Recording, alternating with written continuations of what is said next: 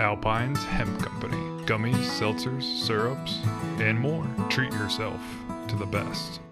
Good evening and welcome into the Wednesday, October 29th edition of the WHKY News. I'm Rob Eastwood.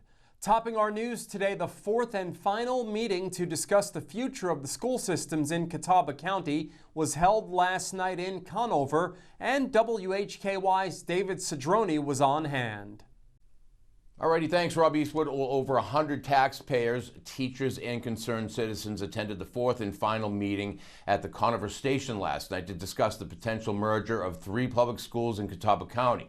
Catawba County is exploring the possibility of merging Hickory City Schools and Newton Conover City Schools into a single district, prompting both discussion and concern amongst local families. The county says a potential merger is being considered as a strategy to address city school capacity challenges.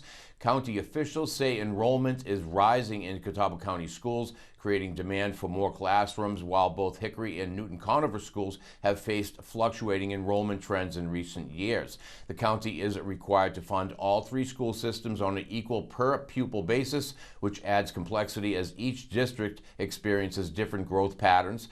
To gather public input, the Catawba County Board of Commissioners has wrapped up a series of 4 community meetings. They're called Schools Community Conversations.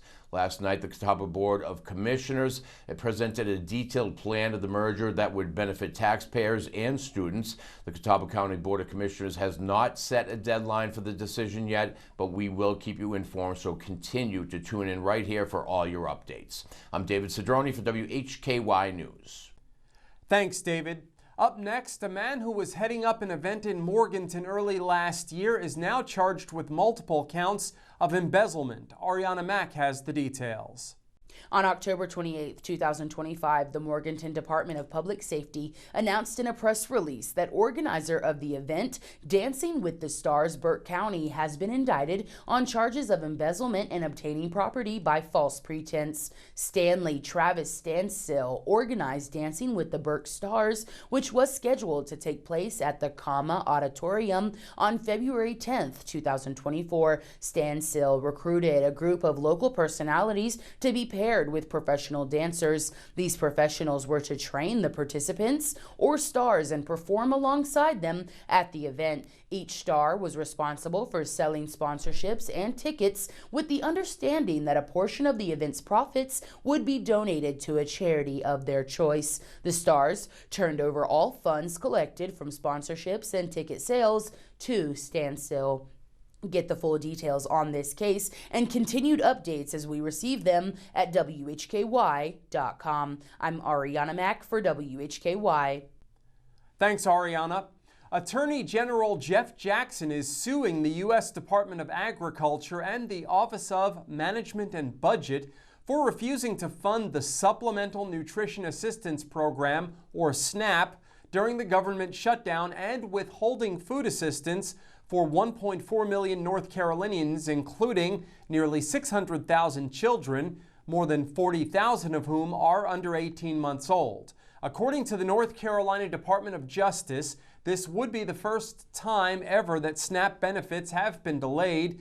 On the eve of the shutdown on September 30th, USDA assured states that contingency funds could be used to continue funding the SNAP program. But on October 24th, the USDA sent a memo to the states ordering them to suspend all November SNAP payments and any later payments.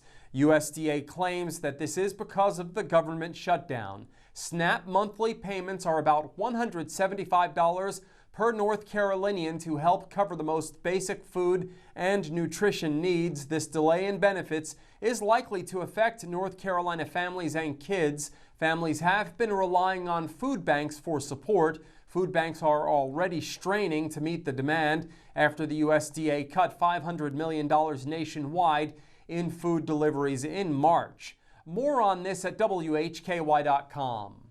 A private contractor will close 1st Street Northwest from Main Avenue Northwest to 1st Avenue Northwest in Hickory starting at 8:30 a.m. tomorrow. This closure is to facilitate the interior renovation of 16 2nd Street Northwest, formerly Randolph's Billiards. The parking deck at 1 North Center Street will remain open. A detour route will be provided. Drivers are asked to slow down and exercise caution when traveling through this area. The street should reopen by 5 p.m. Friday, November 7th. In today's crime report, we'll have details on 3 being arrested in a case involving drug charges. Ariana Mack will have that report. In local sports, Jason Savage reports on an area team getting set to play for a state championship. In Community Focus, we'll have the weekly bulletin with Ariana Mack and the latest from the city of Hickory with Sarah Killian.